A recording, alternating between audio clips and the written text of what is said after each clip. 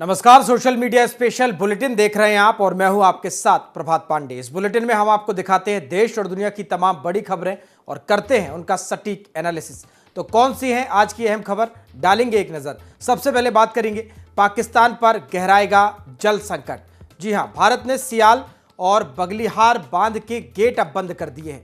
इसके बाद आगे बढ़ेंगे तो बात करेंगे मल्लिकार्जुन खड़गे ने पीएम मोदी पर निशाना साधा है। और आगे बढ़ेंगे तो बात करेंगे हरियाणा के करनाल पहुंचे हैं कांग्रेस नेता राहुल गांधी। इसके अलावा श्रीनगर में नाव पलटने की मॉक ड्रिल हुई है। बाबा बर्फानी की पहली तस्वीर भी सामने आई है, इस पर भी बात करेंगे। केदारनाथ यात्रा में घोड़े और खच्चरों में रहस्यमयी बीमारी फैल गई है, इस पर भी बात करेंगे। और आगे बढ़ेंगे तो बात करेंगे एमपी में सांची दूध अब 2 रुपये महंगा हो गया है। तेलंगाना सीमा पर सुरक्षा बलों और नक्सलियों की मुठभेड़ हुई है, इस पर भी बात करेंगे। और पटना में बीपीएससी टीआरआई 3 उम्मीदवारों पर लाठी चार्ज हुआ है। तो ये तमाम अहम खबर है और अब बढ़ेंगे हमारी पहली खबर की ओर। तो देखिए, पहलगाम हमले के बाद पाकिस्तान से तनाव के बीच कल देश के 244 इलाकों में युद्ध के दौरान बचाव के तरीकों की मॉक ड्रिल होगी। गृह मंत्रालय ने इन इलाकों को सिविल डिफेंस डिस्ट्रिक्ट के तौर पर लिस्ट किया है। ये सामान्य प्रशासनिक जिलों से अलग है। सिविल डिफेंस डिस्ट्रिक्ट्स को उनकी संवेदनशीलता के आधार पर 3 कैटेगरी में बांटा गया है।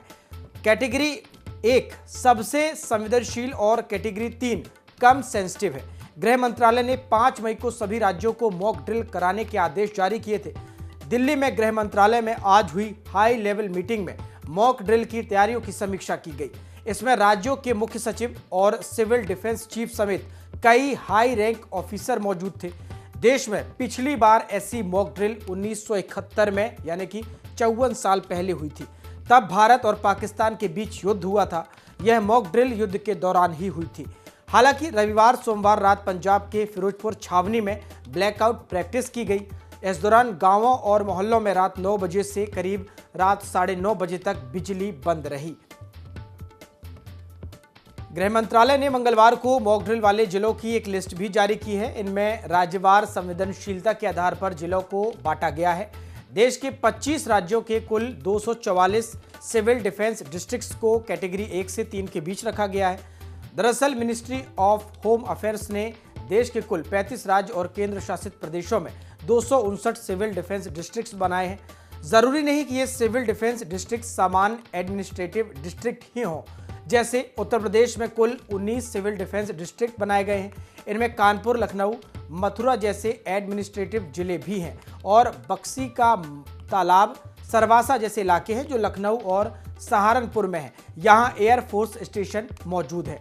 कुल 259 सिविल डिफेंस डिस्ट्रिक्ट को इनके इंपोर्टर्स या सेंसिटिविटी के आधार पर 3 कैटेगरी में बांटा गया है। कैटेगरी 1 में वो डिस्ट्रिक्ट हैं जो सबसे सेंसिटिव हैं और ऐसे कुल 13 डिस्ट्रिक्ट हैं। जैसे उत्तर प्रदेश में केवल एक डिस्ट्रिक्ट बुलंदशहर कैटेगरी 1 में है क्योंकि यहाँ नरोरा न्यूक्लियर प्लांट मौजूद है।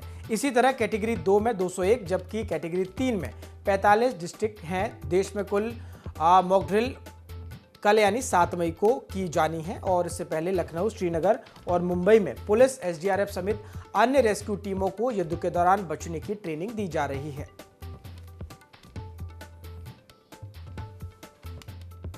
तो देखिए, पाकिस्तान के रक्षा मंत्री ख्वाजा आसिफ ने दावा किया है कि भारत नियंत्रण रेखा यानी कि एलओसी पर किसी भी समय सैन्य कार्रवाई कर सकता है।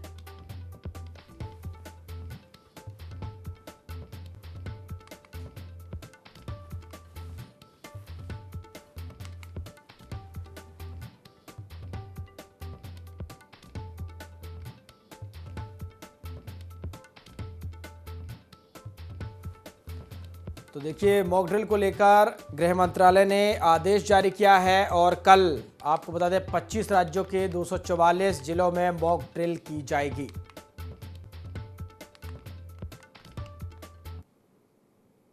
चलिए आगे बढ़ेंगे। भारत ने जम्मू कश्मीर में चिनाब पर बने सियाल और बगलिहार बांध के गेट बंद कर दिए। इसके चलते पाकिस्तान जाने वाला चिनाब का पानी रुक गया और वाटर लेवल घटकर 15 फीट रह गया है। पाकिस्तान में चिनाब का पानी 22 फीट था जो 24 घंटे में 7 फीट घट गया। चिनाब के लगातार सिकुड़ने से 4 दिन बाद पंजाब के 24 अहम शहरों में 3 करोड़ से ज्यादा लोगों को पीने के पानी के लिए तरसना पड़ सकता है।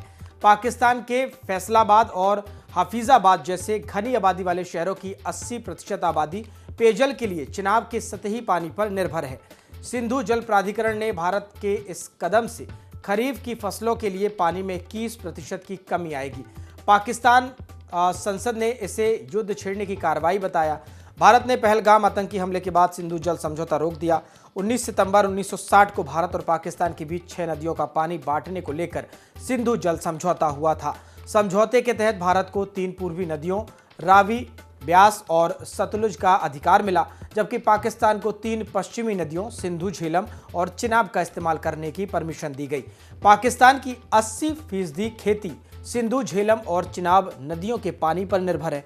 अब भारत की तरफ से नदियों का पानी रोक देने से पाकिस्तान में जल संकट गहराएगा, वहां की आर्थिक स्थिति बिगड़ेगी। इसके अलावा पाकिस्तान के कई डैम और हाइड्रो प्रोजेक्ट से बिजली बनाता है, इन पर भी गंभीर संकट अब पैदा हो गया है। पानी की कमी से बिजली उत्पादन में भी गिरावट आ सकती है।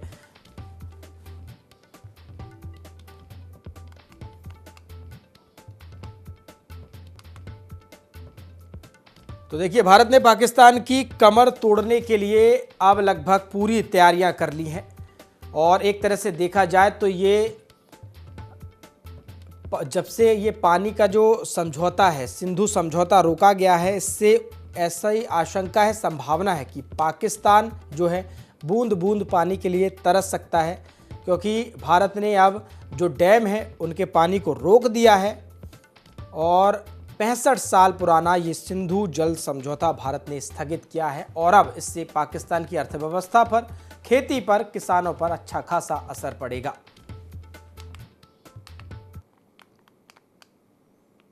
आगे बढ़ेंगे। कांग्रेस के राष्ट्रीय अध्यक्ष मल्लिकार्जुन खड़गे ने मंगलवार को प्रधानमंत्री नरेंद्र मोदी के जम्मू कश्मीर दौरे को लेकर बड़ा दावा किया। उन्होंने कहा कि प्रधानमंत्री मोदी को 22 अप्रैल को पहलगाम में हुए आतंकवादी हमले से 3 दिन पहले ही संभावित आतंकी हमले की खुफिया जानकारी मिल गई थी। इसके बाद भी उन्होंने केंद्र शासित प्रदेश का अपना प्रस्तावित दौरा रद्द कर दिया था। बता दें कि प्रधानमंत्री मोदी को 19 अप्रैल को जम्मू कश्मीर का दौरा करना था। झारखंड के रांची में संविधान बचाओ रैली के दौरान खड़गे ने कहा, पहलगाम आतंकी हमला खुफिया विफलता है, सरकार ने इसे स्वीकार किया और वे इसका समाधान करेंगे। अगर उन्हें यह पता था तो उन्होंने कुछ क्यों नहीं किया।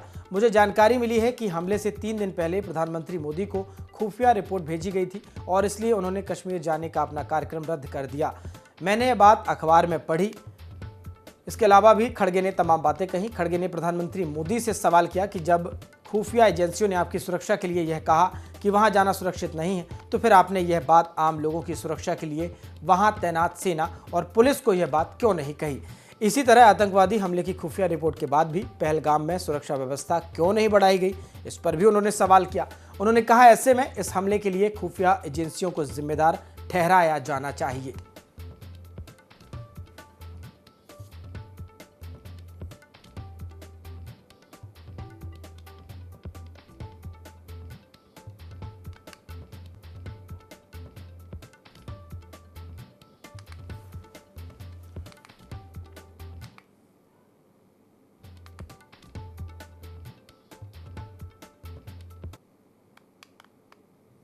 आगे बढ़ेंगे। कांग्रेस नेता और सांसद राहुल गांधी हरियाणा के करनाल में नेवी लेफ्टिनेंट विनय नरवाल के घर पहुंचे।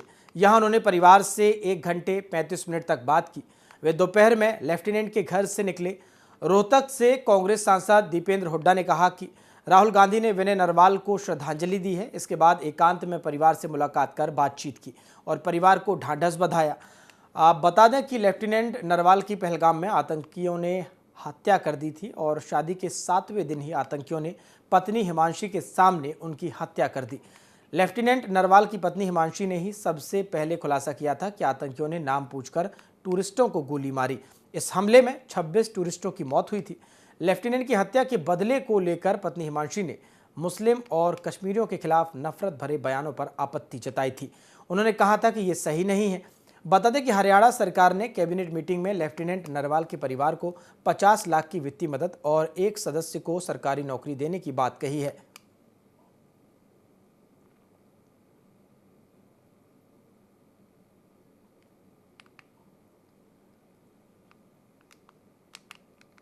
तो देखिए, हरियाणा के करनाल पहुंचे हैं कांग्रेस नेता राहुल गांधी और उन्होंने नेवी लेफ्टिनेंट विनय नरवाल के परिवार से मुलाकात की है। आपको बता दें, पहलगाम आतंकी हमले में लेफ्टिनेंट नरवाल के आतंकियों ने उनकी पत्नी के सामने हत्या कर दी थी और जिसके बाद अब कांग्रेस सांसद राहुल गांधी उनके घर पहुंचे हैं। परिजनों को उन्होंने सांत्वना दी है। सरकार ने हर संभव मदद की बात कही है। 50 लाख रुपए की आर्थिक सहायता और परिवार से एक सदस्य को नौकरी की बात सरकार ने कही है।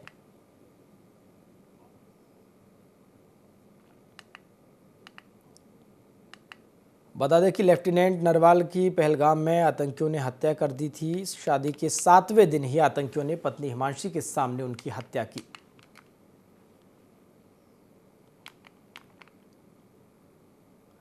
आगे बढ़ेंगे। अमूल के बाद सांची ने भी दूध के रेट अब बढ़ा दिए। 1 लीटर दूध पर 2 रुपए तक बढ़ाए गए हैं, जबकि आधा लीटर दूध पर 1 रुपए बढ़े हैं। इंदौर में कल से ही रेट बढ़ चुके हैं, जबकि भोपाल में 17 जुलाई से नए रेट लागू होंगे। भोपाल में पैक्ड दूध में सांची की सबसे ज़्यादा खपत होती है। रोज 3.25 लाख लीटर तक दूध की खपत है। अमूल की खपत 60,000 लीटर है। इसके बाद सौरभ, श्रीधी, मदर डेयरी के दूध की जो पैकेट है वो भी बिकते हैं।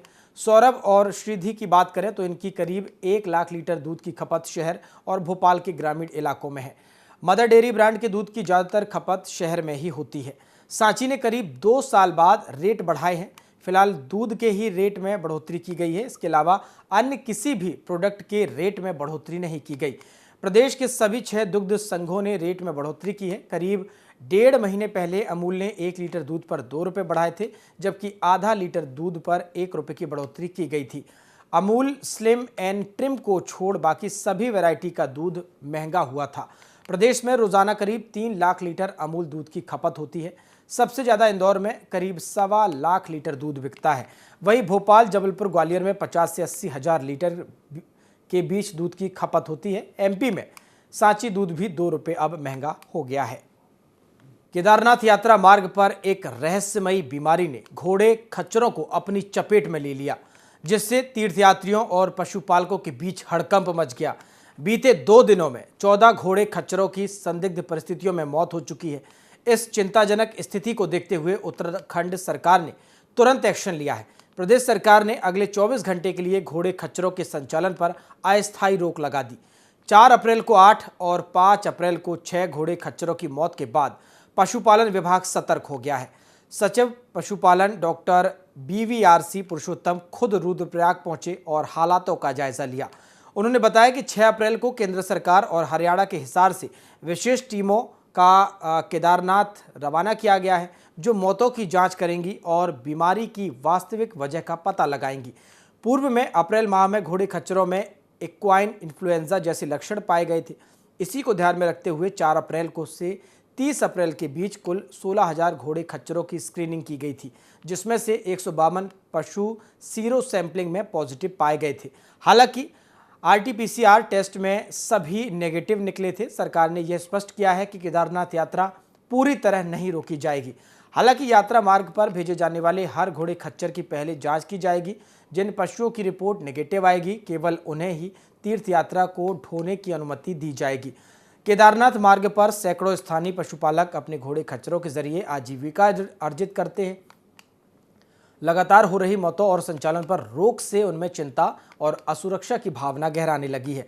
वहीं कई पशुपालकों ने सरकार से नुकसान की भरपाई और स्वास्थ्य जांच में सहयोग की मांग भी की है।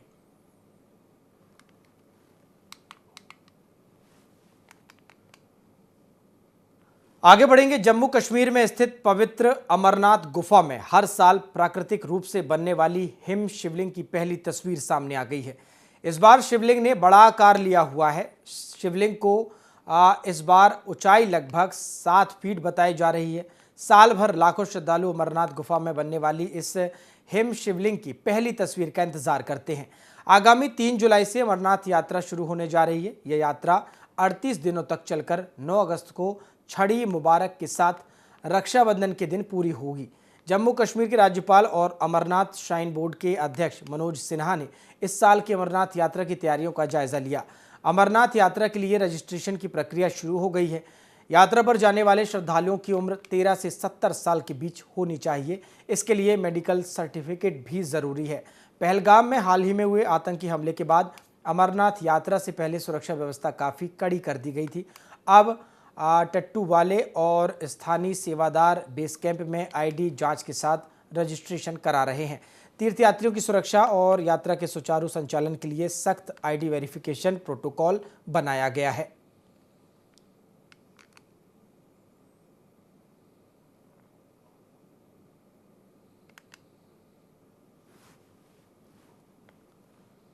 तो देखिए, बाबा बर्फानी की पहली तस्वीर सामने आ गई है। 7 फीट ऊंचे हिम शिवलिंग की ये पहली तस्वीर सामने आ गई है। आपको बता दें, यात्रा शुरू होने जा रही है और 9 अगस्त यानी कि रक्षाबंधन के दिन इस यात्रा का समापन हो जाएगा। करीब 39 दिनों तक ये यात्रा चलेगी और रजिस्ट्रेशन से लेकर यात्रा तक तमाम व्यवस्थाएं सरकार ने की है। टट्टू वालों का बेस कैंप में आईडी वेरिफिकेशन भी होगा। बाबा बर्फानी की ये पहली तस्वीर सामने आ गई है।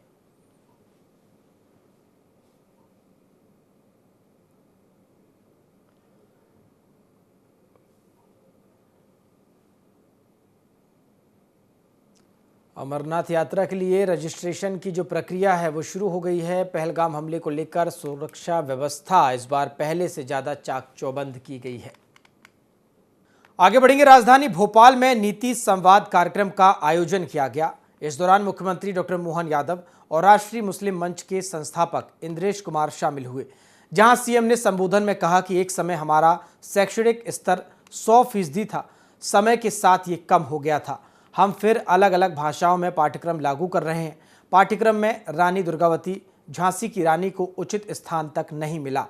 अतीत के ऐसे कई उदाहरण हैं। वहीं राष्ट्रीय मुस्लिम मंच के संस्थापक इंद्रेश कुमार ने कहा कि आतंकवाद विकार मुक्त हिंदुस्तान बन सके, इसके प्रयास किए जा रहे हैं। जिस शिक्षा में संस्कार नहीं, वह आतंकवादी और उग्रवादी बना देती है। इसलिए शिक्षा में संस्कार जरूरी हैं।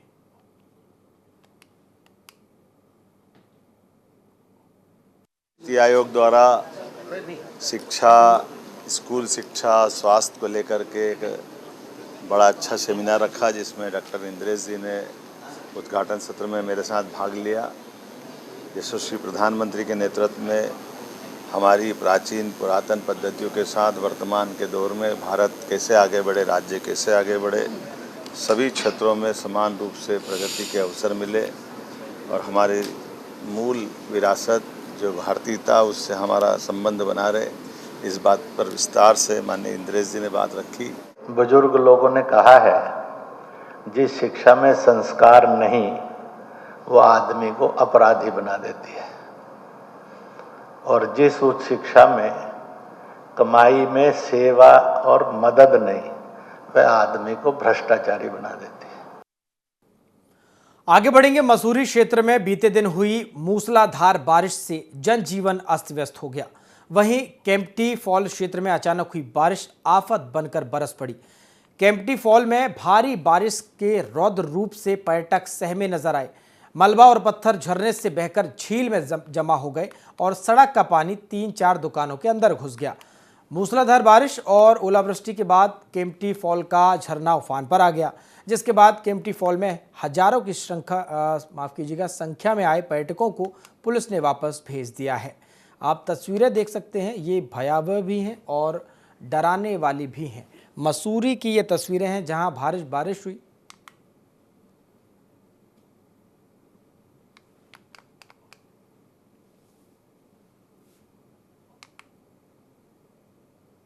चलिए आगे बढ़ेंगे। अमेरिका के न्यूयॉर्क शहर में मेट गाला का आयोजन किया गया। मेट गाला में बॉलीवुड और हॉलीवुड सितारे बड़ी संख्या में शिरकत करते हैं। मेट गाला इस बार मेट्रोपॉलिटन म्यूजियम ऑफ आर्ट में आयोजित की गई। यूं तो मेट गाला में सितारे रेड कारपेट पर अपना जलवा बिखेरते हैं, लेकिन म्यूजियम के अंदर कुछ चीज़ों पर पूरी तरह से पाबंदी होती है। जैसे कि म्यूजियम में फ़ोन के इस्तेमाल पर बैन है, इसलिए कोई भी दर्शक अपने फेवरेट सितारों के साथ सेल्फी नहीं ले पाता। तो वहीं लहसुन प्याज पर भी बैन है, जिससे किसी के शरीर से बदबू ना आए। तो वहीं स्मोक करना भी अलाउड नहीं है, और अगर कोई इस नियम का उल्लंघन करता है तो उसे अगले मेट गाला में इनवाइट नहीं किया जाता। तो वहीं इवेंट अटेंड करने के लिए एक टिकट की कीमत करीब 63,21,679 रुपये है। न्यूयॉर्क में मेट गाला का ये आयोजन किया गया, जहां फिल्मी सितारों ने अपना जलवा बिखेरा।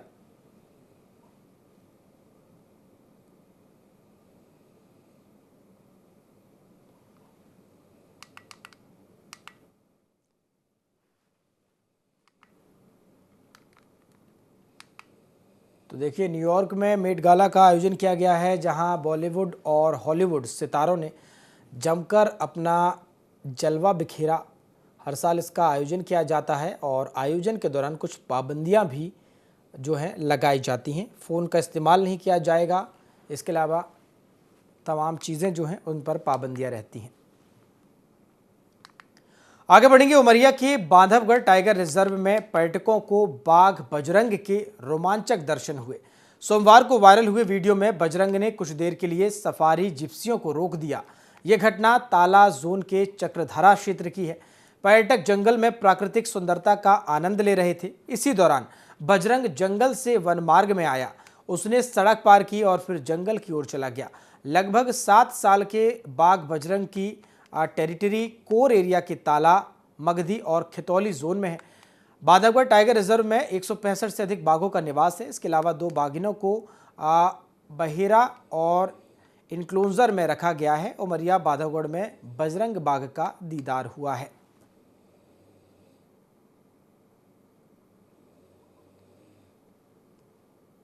तो देखिए, उमरिया के बांधवगढ़ टाइगर रिजर्व में एक ये रोमांचक नज़ारा देखने को मिला, जहां जब जो पर्यटक हैं जंगल सफारी का मजा ले रहे थे तो एकाएक उन्हें बजरंग बाघ के रोमांचक दीदार हुआ।